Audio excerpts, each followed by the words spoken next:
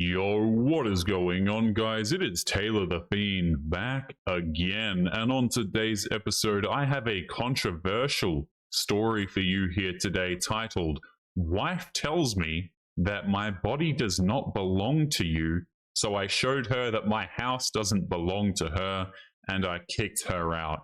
Now, a lot of people will say, oh, that's mean, that's terrible. You know, you don't control your wife, okay? You don't own your wife. How dare you kick her out of the house? But here's the thing, guys. Why would you become a wife to a man that you are not actually interested in? Okay? If you're sitting here going, you know what? I'm going to withhold my body from my husband.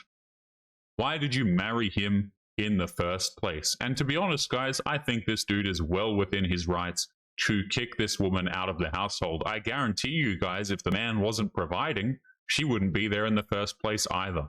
So let's jump into this story here. But before we do, guys, again, I'm going to leave a link to my second channel, which I have just started. I am easing myself back into covering the crazy women over on TikTok. I am doing a video a day over there. So if that kind of content interests you, make sure you check out the channel. It will be linked in the pinned comment. I'm just kind of easing back into the cesspool that is TikTok.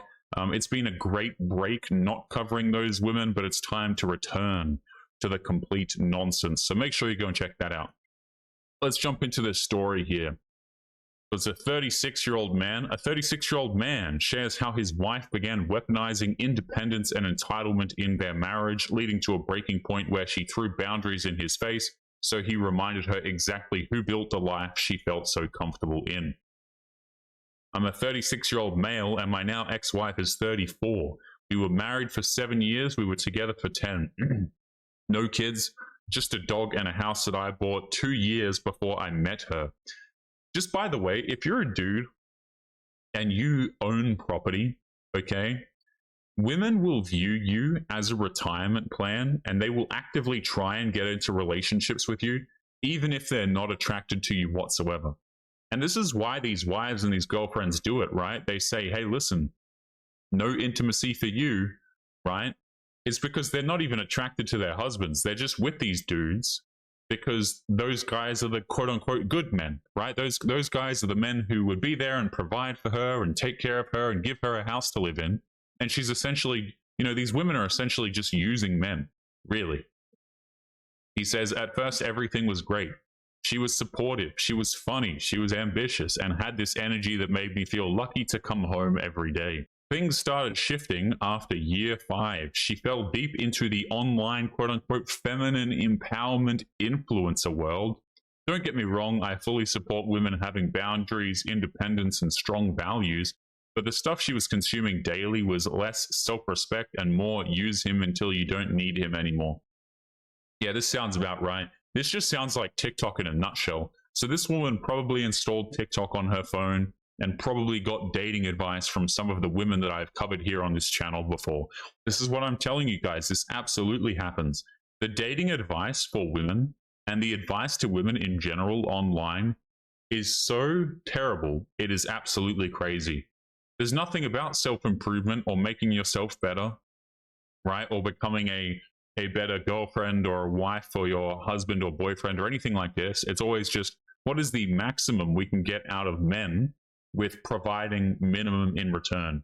If you guys go and look at advice for men, like dating advice for men, you know, empowerment for men, a lot of it is actually based in doing things to improve yourself, right?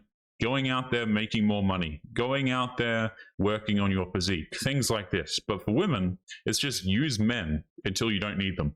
And you're perfect the way you are, queen. Let's continue. She stopped working during the P word. I was okay with that at first. Her job was in hospitality. Mine was remote tech work. That's pretty cool. I told her to take time off, reset, maybe take some online courses. Instead, she spent her days glued to Instagram, watching self-proclaimed goddesses talk about how men are temporary tools for women's glow-ups. You know, guys, like this sounds like complete nonsense until you realize that I have covered many TikTok videos from women that are exactly like this, where they literally call themselves goddesses. That's not even a joke, right? That's not satire. That's not me making stuff up. There are videos on this channel, probably quite a few of them, where women are referring to themselves as goddesses, queens, the adjective list goes on. And it's just horrible. It's just absolutely horrible. Holy hell. She started talking to me like I was an obstacle in her journey. No more affection, no more care. If I asked why she stopped initiating intimacy, she'd say things like, "You don't own me," or "My body isn't a vending machine." Yeah, see, this is the point, guys, where you stop paying the mortgage, right? If you have a mortgage, or you stop paying the rent or whatever it is. If you already own the property, you just kick her out. Because here's the thing, guys. You don't owe her the rent. You don't owe her the mortgage. Right? So why are you paying these things? And again, it's funny to me, guys, how women will marry these men, okay, and then not want intimacy with them. Like this is part and parcel for it, but they act like it's some awful, terrible thing. Which I get, he says. Consent is non-negotiable, but this wasn't about consent. This was about weaponizing the concept of boundaries while taking zero accountability for the health of our relationship. I think this is fine, guys. If women want to stop initiating these sorts of things, they want to say crap like this, "You don't own me," or "My body isn't a vending machine." I mean, hey, you don't have to be her vending machine. Stop all the funds, right? Stop supporting her lifestyle. Stop paying the rent. Stop paying the mortgage. I think this is a completely fine trade, and we will see how long this lasts, right? If men are being, for example, the providers in a relationship, like it sounds to me like this guy is, so if women want to withdraw the intimacy, I think men should be able to withdraw what they're contributing heftily to the relationship as well. Like, I think that's only fair. Which I get, he says, etc., etc. One night, another week of her avoiding me emotionally and physically, I sat her down and asked bluntly, "Do you even want to be in this marriage anymore?" Her response was, "My body does not belong to you. If you have needs, go handle them yourself." Get this woman out of the house, guys. Immediately. She's gone. She is absolutely gone. Guys, like, again, this woman is distancing this from the dude emotionally and physically. Why even get married in the first place? These people don't even have kids from memory, right? Like, they had a dog, I think. Do they have a dog? Yeah, so they have a dog together. And this guy had a house since before he met her, which is honestly the reason why she's there, probably. But like, if you have a wife who's emotionally and physically avoiding you, what's the point of her even being there? I don't understand. I really don't. He says, "It wasn't what she said, it was how she said it." I don't know, this sounds pretty awful to me. With a smug, dismissive tone, like I was some outdated fool for even asking. So I nodded, got up, went to the bathroom, not to sleep, but to print something. The property deed to the house. Ooh. I came back with the deed, handed it to her, and calmly said, "You're absolutely right. Your body doesn't belong to me, and this house, it doesn't belong to you." She looked confused, and I continued, "I bought this house 2 years before we met. Your name's not on it. I've paid every bill. You want independence? Go and live it."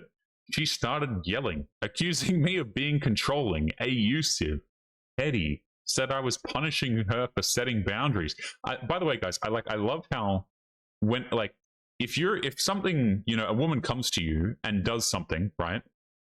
If you do the exact same thing, in principle, they just lose it. You know what I mean? Like, so this woman is saying that she's setting her boundaries, okay? Which again is like a silly boundary, because why would you marry the dude in the first place? But again, this guy follows the logic, he sets his own boundaries, and she just flips.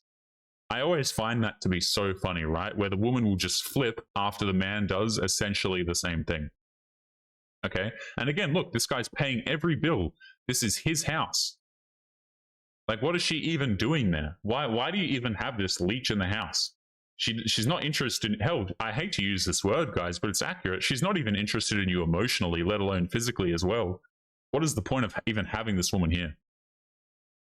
Anyway, he says, I was just enforcing my boundaries. I gave her 48 hours to leave. I even gave her money to stay in a hotel for a few days and some extra moving costs. I wasn't going to be cruel, but I wasn't going to be used either. I don't know, I think this guy's well within his rights not to give her any more money whatsoever.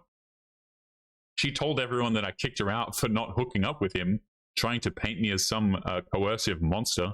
but our mutual friends knew the truth or had seen enough red flags over the past year to at least question her version. The thing is, she didn't want a husband, she wanted a sponsorship.